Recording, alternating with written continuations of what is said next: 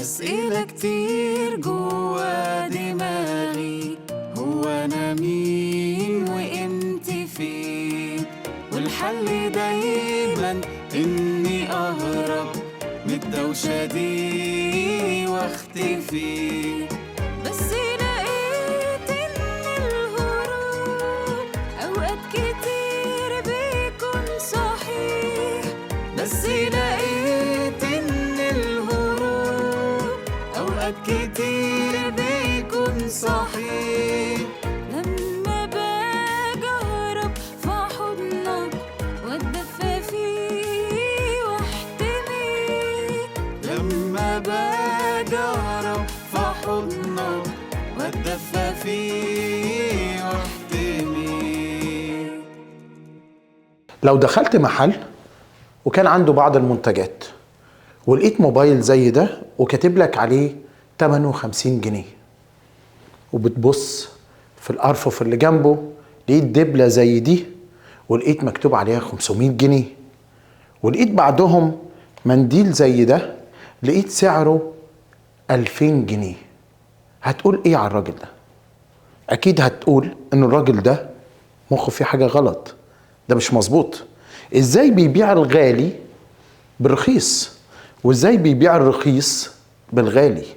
الحقيقة كل حد فينا ممكن يكون بيعمل زي الراجل ده بالظبط. ازاي بنعمل كده؟ ربنا عطانا هدية غالية جدا اسمها الوقت، اسمها العمر، الحياة. انا بفنيها ازاي؟ انا بدفعها ازاي؟ انا بقضي وقت ازاي؟ هل فعلا انا بشتري الرخيص وادفع فيه اغلى حاجة عندي وهي عمري؟ وهل الحاجات الغالية الثمينة اللي مفروض اقضي فيها عمري بدفع فيها كل ما هو رخيص وقليل ولا يذكر؟ انا مقضي حياتي ازاي؟ في المحاضرة دي هنتكلم على حاجة مهمة جدا ممكن تكون بتاكل مننا العمر والوقت والحياة واحنا مش حاسين، اسمها الإدمانات. هل أنا بأدمن بعض الأشياء اللي ممكن ما تكونش إدمانات شريرة؟ أنا مش جاي أتكلم مع حضراتكم على إدمان المخدرات اللي باين وظاهر إنه إدمان شرير وسيء، لكن في بعض الإدمانات الأخرى اللي ممكن تبقى موجودة في حياتنا اللي عايزين نفكر فيها النهاردة بشكل مختلف، والرب بيقول لك اهرب منها، اتحرك منها، ما تفضلش موجود في نفس الدايرة دي.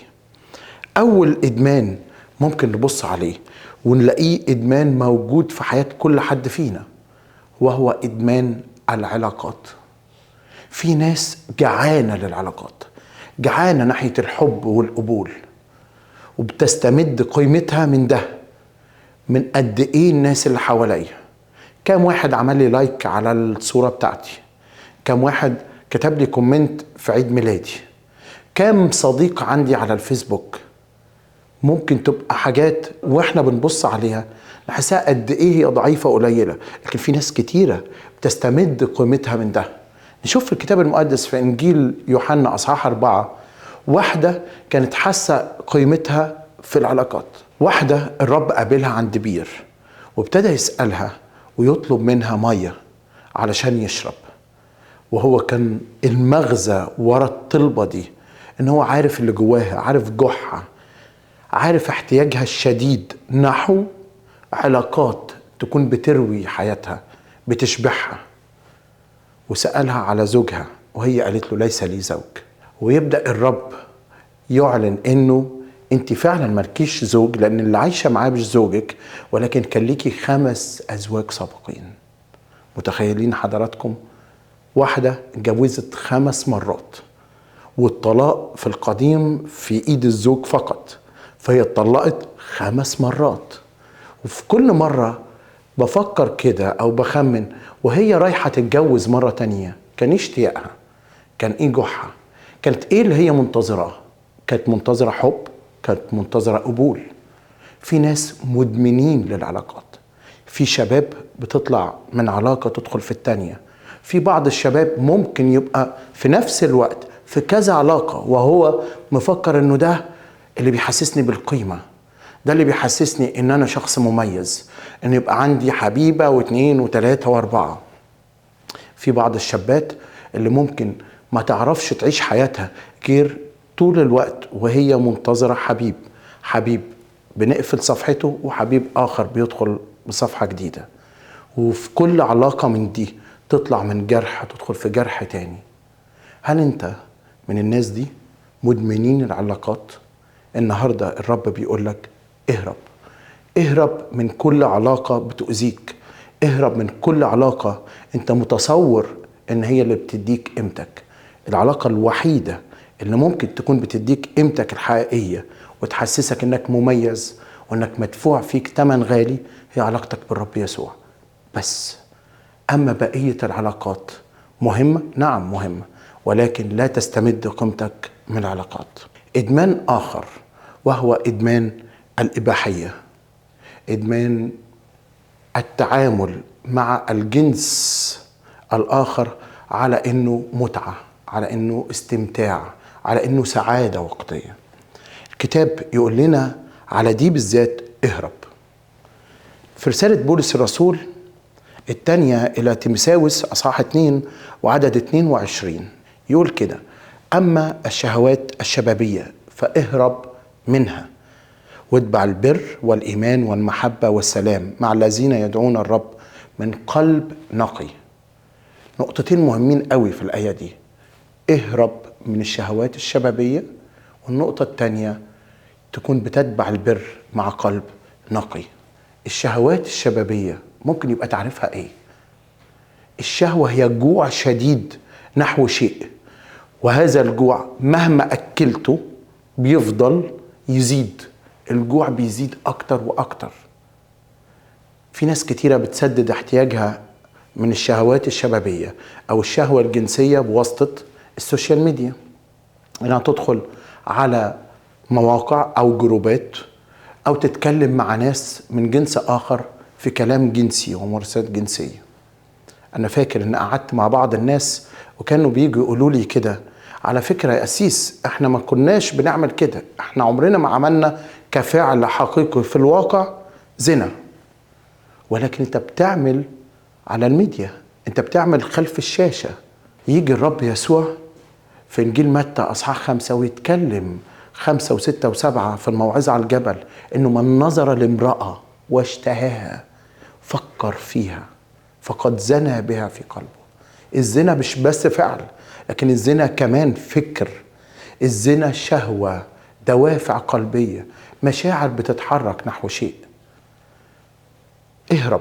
اهرب من كل الشهوات الشبابية. نشوف في الكتاب المقدس ناس الشهوات الشبابية دمرت حياتهم، كان مفروض الرب بعتهم للأرض مخصوص عشان يكونوا مخصصين ليه، بتوعه اللي يعملوا عمله ويأثروا ويقودوا شعب. واحد من أشهر الشخصيات دي هو شمشون تصلي أمه من أجله، ويجي الرب يعلن إنه هيبعت نذير للرب، مخصص للرب، مكرس للرب. يا شمشون أنت جاي تعمل إيه على الأرض؟ يقول لك أنا جاي. عارفين حضراتكم إنه قصة شمشون ذكرت في سفر القضاء، فأنا جاي قاضي.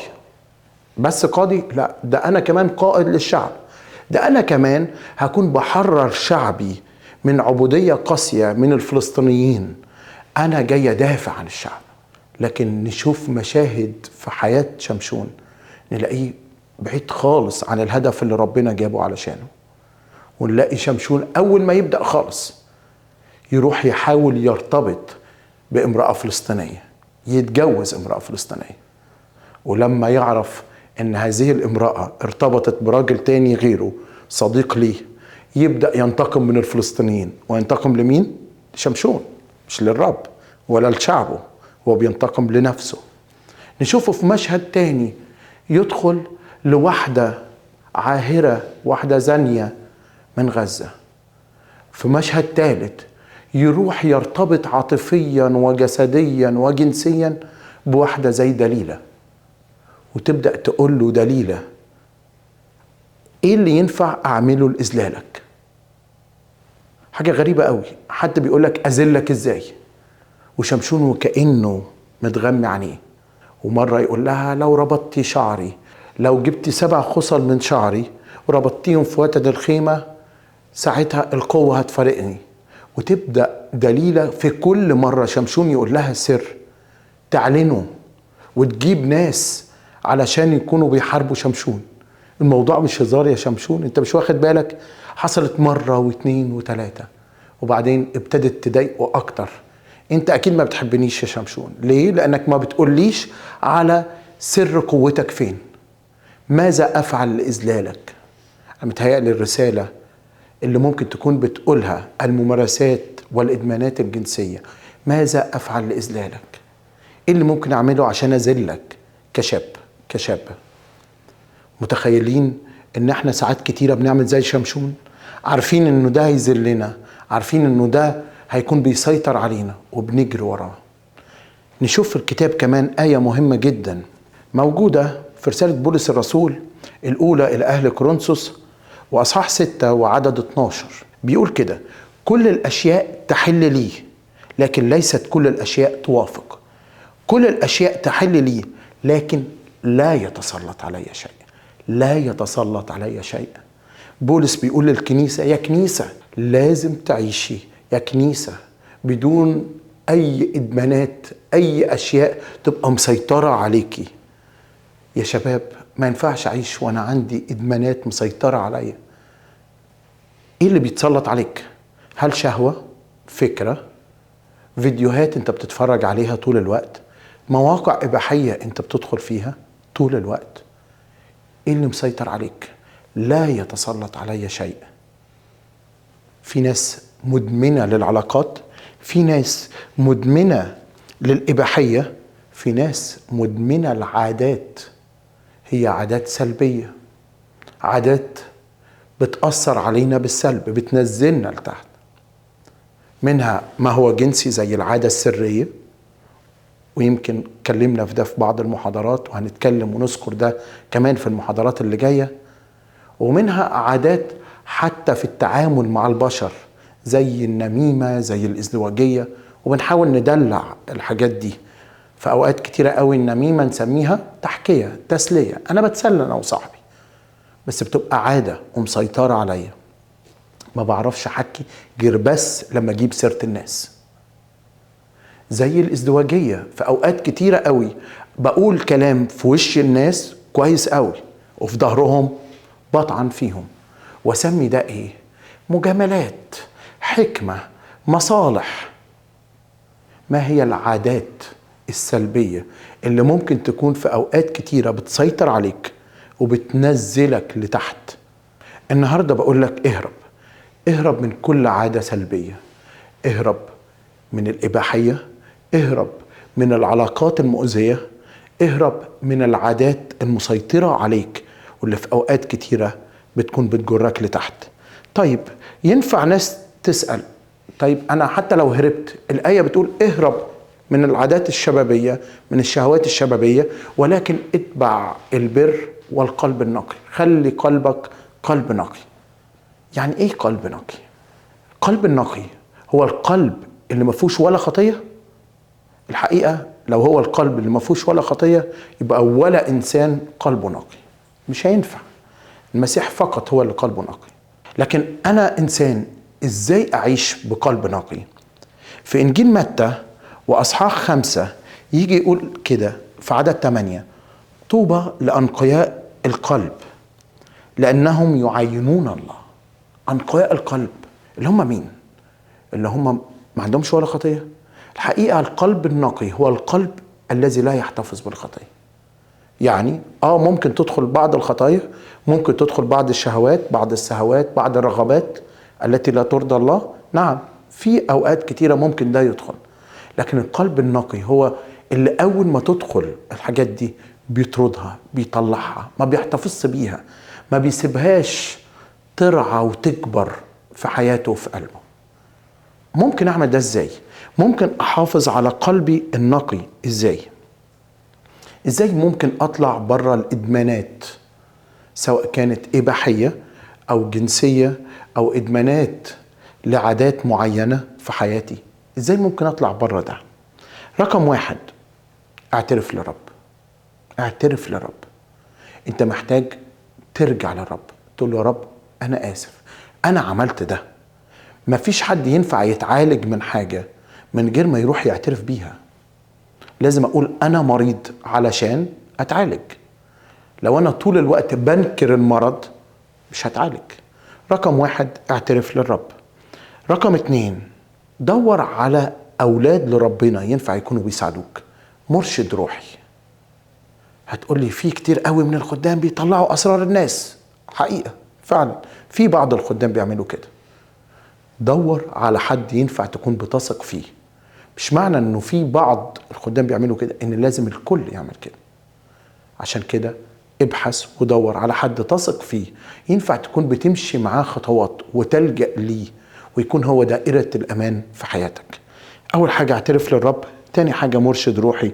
تالت حاجة أكتر أوقات بنلجأ فيها للإدمانات هو وقت الفراغ أو وقت الحزن والضيق. عشان كده اشغل وقت فراغك. دور على حاجات ممكن تملى وقت الفراغ. فكر كده، مش معقولة أبدا يبقى حد بيلعب ماتش كورة مثلا وهو في نص الماتش يروح موقف الماتش ويقول أنا هروح أعمل عادة سرية. مش هيعمل ده. ليه؟ لأنه مشغول، لأنه جسمه كله بيتحرك، لأنه ذهنه وتركيزه كله رايح لهدف واحد وهو كرة القدم. فعشان كده اشغل وقت فراغك بحاجات مفيدة، حاجات تبني. ما تديش فرصة لإبليس إنه يدخل ويفكرك بعادات ممكن تكون متعتها متعة وقتية. في وقت الفراغ انت صيدة سهلة. عشان كده اشغل وقت فراغك.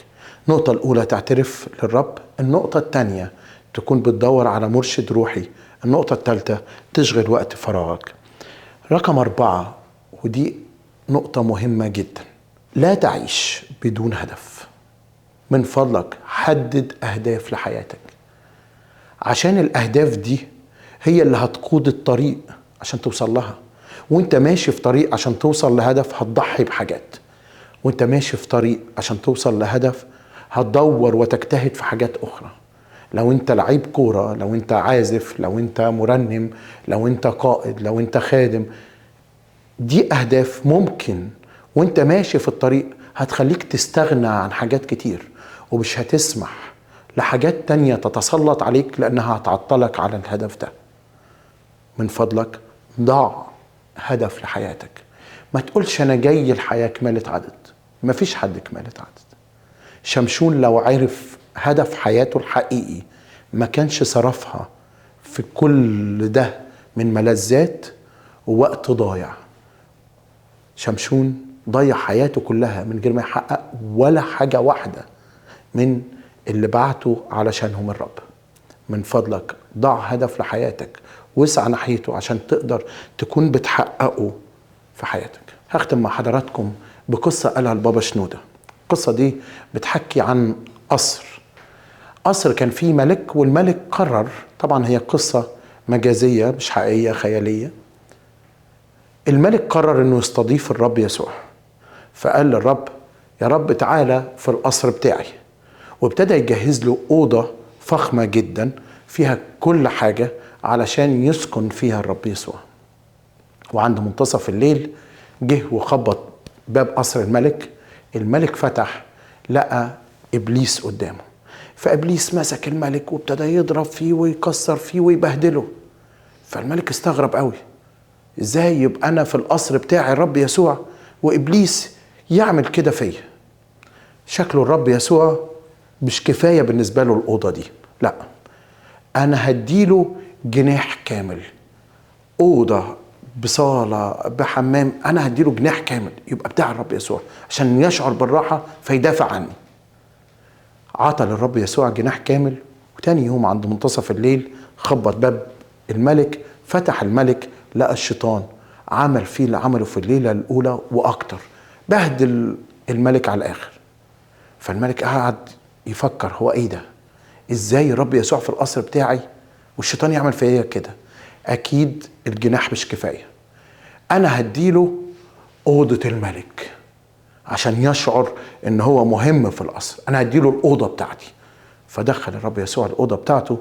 تالت يوم عند منتصف الليل خبط الشيطان، فتح الملك، بهدل الملك زي الليلتين الاولين واكتر. استغرب جدا الملك، قال اكيد الرب مش حاسس ان القصر ده بتاعه. ازاي يحسسه ان القصر ده بتاعه؟ قال انا هدي القصر بالكامل للرب يسوع. يا رب القصر ده كله بتاعك، انت مش بس جناح، انت مش بس اوضه، انت مش بس وقت، القصر كله بتاعك. رابع يوم عند منتصف الليل لما خبط الشيطان، مين اللي فتح؟ الرب هو اللي فتح. فساعتها هرب الشيطان. كان البابا شنودة عايز يوصل لنا من القصة دي انه اوعى تكون في حياتك ادمانات، اوعى تكون مناطق معينة في حياتك وفي قلبك وفي فكرك مش ملك الرب، ملك الابليس. اهرب من كل ادمان واتبع البر ليكون قلبك نقي.